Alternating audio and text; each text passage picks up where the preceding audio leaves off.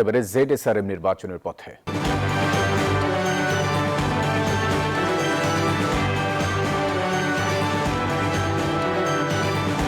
মনোনয়নপত্র বাতিলের বিরুদ্ধে নির্বাচন কমিশনে চতুর্থ দিনের আপিল শুনানি চলছে। সকাল থেকে 23 জন বৈধতা ফিরে পেয়েছেন, নাকচ হয়েছে 12 জনের আবেদন, একটি অনুপস্থিত রয়েছে। এসিতে মঙ্গলবার সকাল 10টায় শুরু হয় দিনের কার্যক্রম, চলবে বিকেল 5টা পর্যন্ত। দিনের প্রথম ভাগে 36টি আবেদনের শুনানি সম্পন্ন হয়েছে। প্রার্থিতা প্রত্যাহারের শেষ তারিখ 20 জানুয়ারি। রিটার্নিং কর্মকর্তা চূড়ান্ত প্রার্থী তালিকা প্রকাশ করে প্রতীক বরাদ্দ করবেন 21 জানুয়ারি। তার পরদিন শুরু হবে নির্বাচনী প্রচারণা। ত্রয়োদশ জাতীয় সংসদ নির্বাচনের ভোট গ্রহণ হবে আগামী 12ই ফেব্রুয়ারি। ফরম্যাট অনুযায়ী আমারটা হয়নি, এটা একটা খুব সিগনিফিক্যান্ট বিষয় ছিল না। ইচ্ছে করলে তারা এটা গ্রহণ করতে পারতেন। আমরা যথার্থভাবে কাগজপত্র উপস্থাপন করেছি। কোনো অজ্ঞাত কারণে আমাদের মনোনয়ন পত্রটি বাতিল করা হয়েছে বলে আমরা সংক্ষুব্ধ হয়েছি। মবের বিষয়গুলো যত দ্রুত হ্যান্ডেল করা যাবে, মবকে নিরুৎসাহিত করতে হবে, গণতন্ত্রকে উৎসাহিত করতে হবে।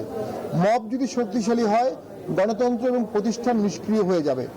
দর্শক, নির্বাচন কমিশনে আছেন সহকর্মী অন্তরা বিশ্বাস। এ বিষয়ে আরো খবরাখবর জানাতে আমরা সরাসরি যুক্ত হব তার সাথে। অন্তরা, সকাল থেকে আপনি জানাচ্ছিলেন আপিলের খবরাখবরে, যেমনটা বলছিলাম 23 জনের বৈধতা ফিরে পেয়েছেন আর নাকচ হয়েছে 12 জনের। যাদের নাকচ হয়েছে তারা কিছু বলছেন কিনা, আর কি তথ্য আছে আপনার কাছে? ফয়সাল, আপনি জানেন যে আজকে চতুর্থ দিন আপিল শুনানির, এবং এই চতুর্থ দিনের প্রথমার্ধের প্রথমাংশের যে আপিল শুনানি সেটি হয়ে গেছে। অর্থাৎ মোট যে 70 জনের আজকে আপিল শুনানি হওয়ার কথা, তার 36 জনেরই আসলে আপিল শুনানি হয়ে গেল। তো যাদের নামঞ্জুর হয়েছে তাদের অনেকেই কিন্তু ক্ষোভ প্রকাশ করেছেন। তারা বলছেন যে তারা এবার হাইকোর্টে যাবেন। আবার কেউ কেউ বলছেন যে ঠিকই আছে, তারা অনেক ধরনের তথ্যই আসলে সঠিকভাবে উপস্থাপন করতে পারেনি, বা নির্বাচন কমিশনের পক্ষ থেকে যে সময় বেঁধে দেওয়া হয়েছিল সেই সময়ের মধ্যে তারা তথ্য উপস্থাপন করতে পারেনি।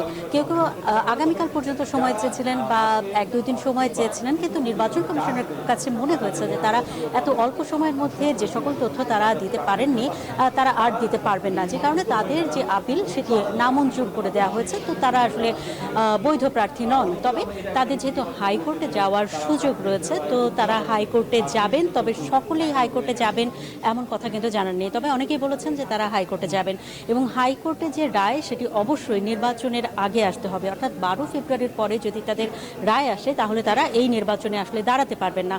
আর আপনি জানেন যে গত যে 3 দিন, সেই 3 দিনে 150-র মতো শুনানি আসলে মঞ্জুর হয়েছে, এবং এই সেটির হিসেবে আসলে যেটি বোঝা যাচ্ছে যে অধিকাংশ আপিল শুনানি আসলে মঞ্জুর হচ্ছে, নামঞ্জুরের সংখ্যাটাই আসলে কম।